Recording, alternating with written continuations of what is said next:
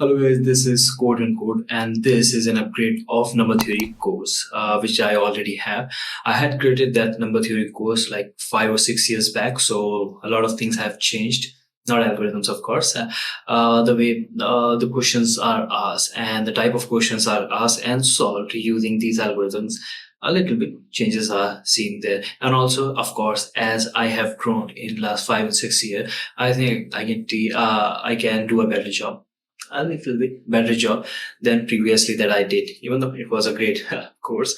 One of my best courses actually, number theory. Right? So we are going to upgrade the number theory course. Okay, so let's get started.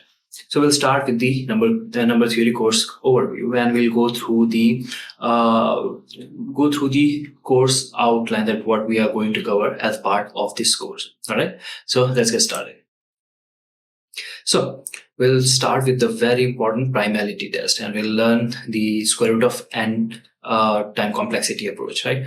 We'll start with that. This is the most basic primality test algorithm.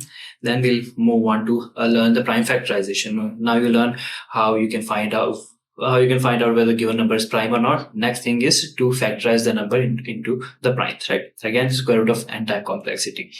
Then using the same prime factorization, if you have a number and it's prime factorization, only the prime factorization of a number, you can actually calculate the total number of divisors of that number, right? So we'll learn that.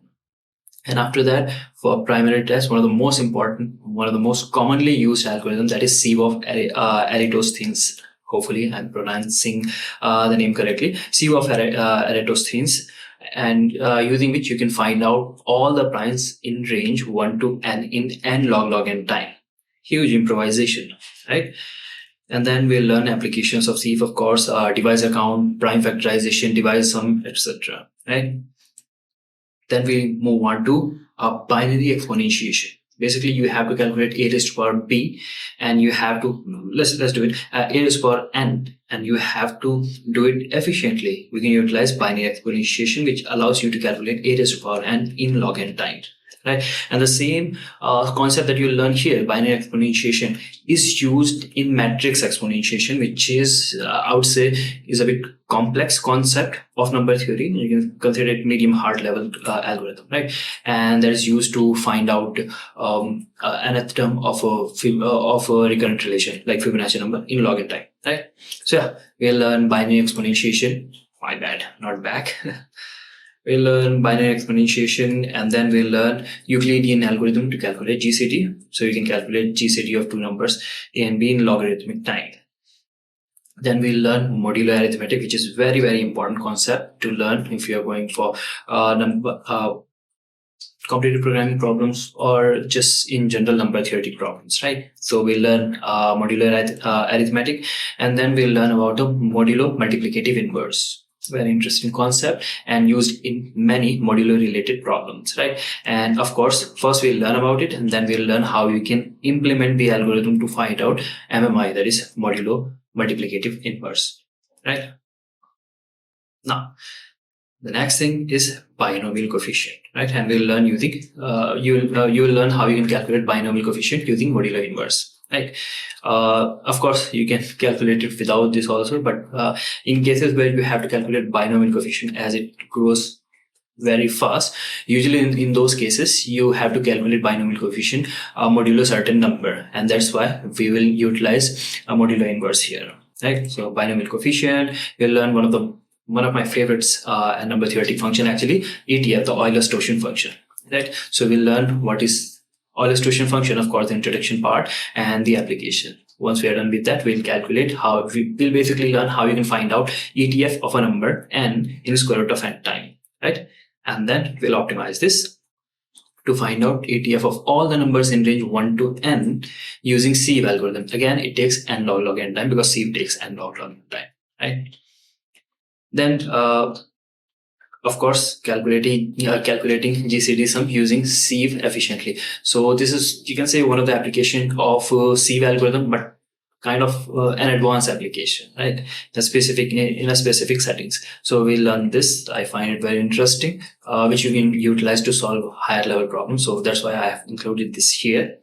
And yeah, before I go there, before I talk about segmented sieve, any problem that we'll be, any algorithm or lecture that we'll be covering here, just after that, we'll be solving 2 or 3 problems, right? I'll try to include medium and medium hard level problems. So it's not like we are only going to cover the lectures only. We'll also solve problems, right? So you get the best experience of learning, right?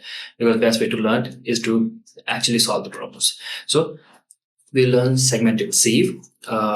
So basically, it's an advanced version of sieve where you can calculate primes of a very large number, right? Using segmented sieve. You can apply this to problems with a specific condition that we'll talk when we'll learn about the segmented sieve section. Right now, matrix exponentiation, as I was talking about this when we were discussing binary exponentiation, matrix exponentiation would utilize the same concept. So that's why we'll learn binary exponentiation first. Then we'll utilize the same concept to learn matrix exponentiation. It's nothing, just calculating, let's say A is a matrix, and calculating A raised to the power n. That is matrix exponentiation, but doing it efficiently, right? That is matrix exponentiation. And then this is one of this application, and very, very important application. Finding the nth element of a recurrent relation like Fibonacci number in log n time, right? Now, of course, extended Euclidean algorithm, and it helps you solve equations also. So first we'll learn extended Euclidean algorithm, introduction and application, and then we'll actually implement it, right? And it helps you solve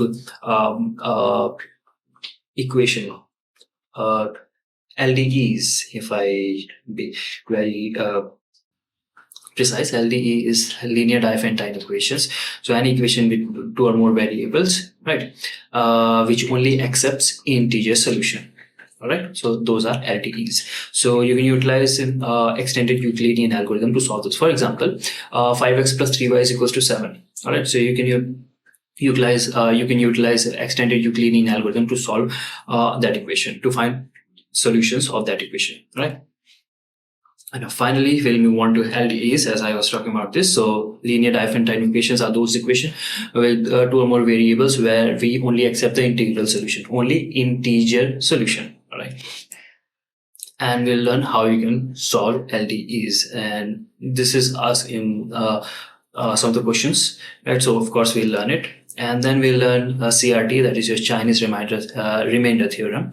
And of course, first we'll cover the introduction and application part, because it's a bit complex to understand. That's why application and introduction part is the first part, and then we'll learn how you can implement it. And of course, after each lecture, we are going to solve the problem. So same goes here. So yeah, this is the overall structure of number theory updated course, right? So yeah, this is it for this lecture. If you have any doubt, suggestion, or any comment, you can post it down in the comment section. So yeah, this is it for this lecture. Thank you guys for watching. Until the next video drops, keep coding. Thank you.